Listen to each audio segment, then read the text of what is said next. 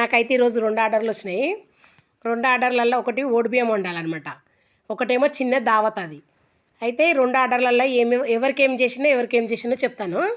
First order అయితే పాలకూర పప్పు, మసాలా వంకాయ, టమాటా చట్నీ, సాంబారు, పెరుగు, బగారన్నము, వైట్ అన్నము, చికెను, మటన్ వండిన.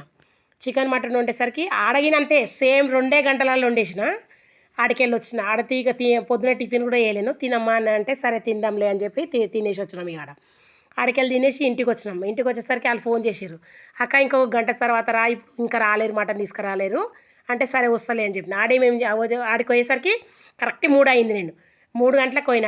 3 గంటలకు పోయి ఏమేమి చేసినాం, మటన్ వండిన, చికెన్ వండిన, బోటి గుడాలు చేసిన, పల్లీలు అలాగా చేసిన, తలకాయ కూర వండిన, పన్నీర్ కర్రీ చేసిన, పన్నీర్ మసాలా పన్నీర్ మసాలా వండినాక అవన్నీ పెరుగు చేసిన, అవన్నీ చేసి బోటి శనగలు కూడా వేసినాక ఏం చెప్పినా అంటే మీకు ఇక టైం మీరు ఇంకా రాలేవన్నా కానీ నేను 2 గంటలల్లో మీకు ఇంత వండించిన. 2 గంటలు నాకు కరెక్ట్ టైంకి ఇస్తే నేను కరెక్ట్ 2 గంటలలోనే వండేస్తాను. అది ఎంత పెద్ద ఆర్డర్ అన్నా కానీ, ఎందుకంటే నేను అట్లా చేస్తాను.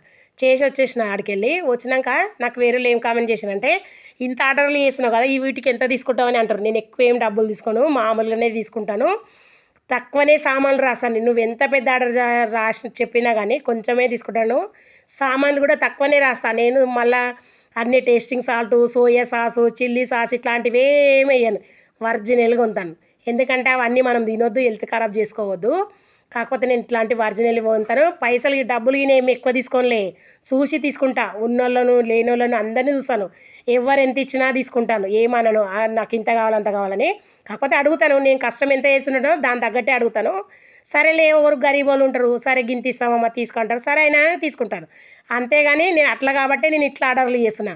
లేకపోతే నేను లేలే ఇంతనే చేస్తాను కాదు, అట్లా ఏం చెయ్యను. నేను చెప్తాను నేను ఎప్పుడు ఎంత తీసుకుంటా.